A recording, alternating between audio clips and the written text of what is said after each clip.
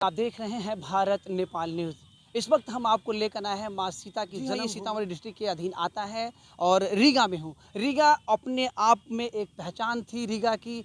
अगर हम बता दें कि रीगा में एक ऐसा जो आप मेरे पीछे देखेंगे, मैं चाहूँगा कि थोड़ा सा दिखाने की कोशिश करें। रीगा चीनी मिल जो कहते हैं कि देश की आज़ादी से पहले ही सन 1933 में इसकी स्थापना हुई थी और लगभग लाखों परिवार इससे जुड़े हुए थे।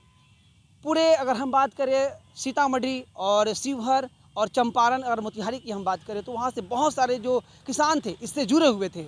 और एक वक्त ऐसा था कि यहाँ पे जो लोग थे लगभग 700 जो लोग थे वो काम करते थे, लगभग 350 अस्थायी। और मैं दोहरा दूँ कि लगभग तीनों जिलाओं की अगर हम बात कर ले, सीतामढ़ी और शिवहर और मोतिहारी, लगभग 40,000 जो किसान थे इससे जुड़े हुए थे, जो गन्ने की खेती करते थे और गन्ना यहाँ पर आया करता था। और मैं आपको दिखाने की कोशिश भी करूँगा कि जिस तरह से रीगा की जो पहचान थी वो एक अपने आप में थी।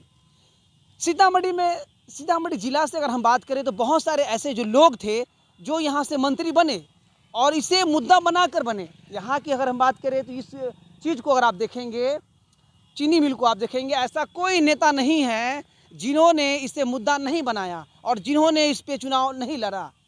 इसी चीनी मिल के आसपास रैलियां होती थी चुनाव के वक्त, बड़े बड़े लोगों का आना होता था, टानव लगता था यहाँ पे।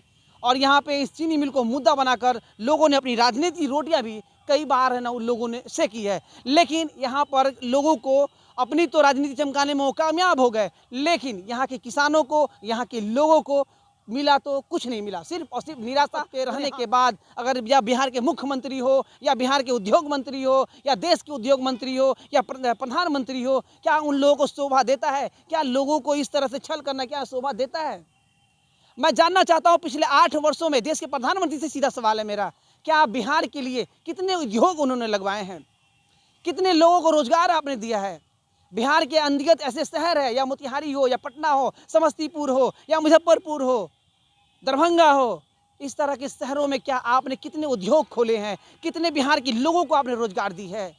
बिहार के लोगों की अगर हम बात करें तो आए दिन हर रेलवे स्टेशन पे आप चले जाएं, आप अगर जाएंगे तो आपको निश्चित रूप से हजारों की तादाद में नहीं, लाखों की तादाद में नहीं, अगर करोड़ों की तादाद में अगर करे तो महीने में करोड़ों लोग जाते हैं, करोड़ों लोग वापस आते हैं।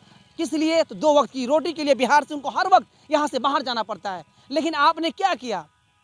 सिर्फ और सिर्फ लोगों को आपने सिर्फ आश्वासन दिया। मैं खासकर बिहार के जो लोग हैं, जो सीतामढ़ी जिला के जो नेता है, जो मोतिहारी के जो नेता है, चंपारण के नेता है, जो शिवहर के नेता है, उन्होंने सिर्फ और सिर्फ उनको मुद्दा बनाया, अपनी राजनीति रोड चमकाई। लेकिन यहाँ के लोगों के लिए, यहाँ के किसानों के लिए उन्होंने कभी सोचा नहीं।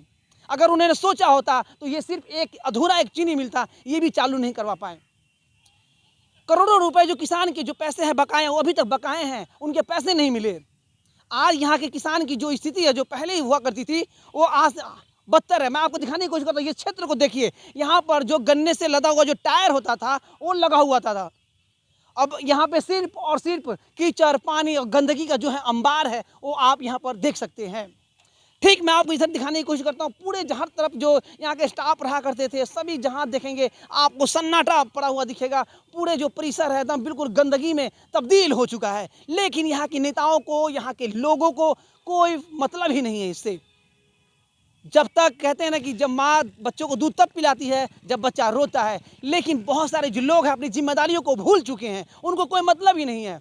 मैं पूछना चाहता हूँ, जब एनडीए की सरकार थी बिहार में, तो क्या उद्योग मंत्री जब शाहनवाज हुसैन थे, तो क्या उन्होंने ये पहल की कि बिहार में इसके अलावा और भी बहुत सारे जो चीनी मिल है, क्या उन्होंने पहल की कि इनका दुरुस्त इनको करवाया जाए, इनको खुलवाया जाए? आखिर इनकी परेशानी क्या है? यहाँ के जुड़े हुए जो लोग हैं उनसे बात करी जाए?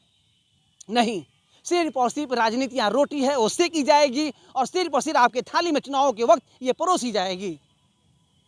आप थक जाएंगे, हार जाएंगे, अपने घर चले जाएंगे, लेकिन इससे आपको कोई मतलब नहीं है। चुनाव का वक्त आएगा, आपको वोट देंगे, अपनी जिम्मेदारियों से आप हट जाएंगे। जिस दिन बिहार के लोगों ने, जिस दिन सीतामढ़ी के लोगों ने अपना जो सवाल है वो पूछने लगेंगे इस तरह के जिम्मेदार नेताओं से, उस दिन निश्चित रूप से जो हालात है वो बदलेंगे। अगर आप चुप रहेंगे तो ये हालात जैसे के तैसे रहेंगे।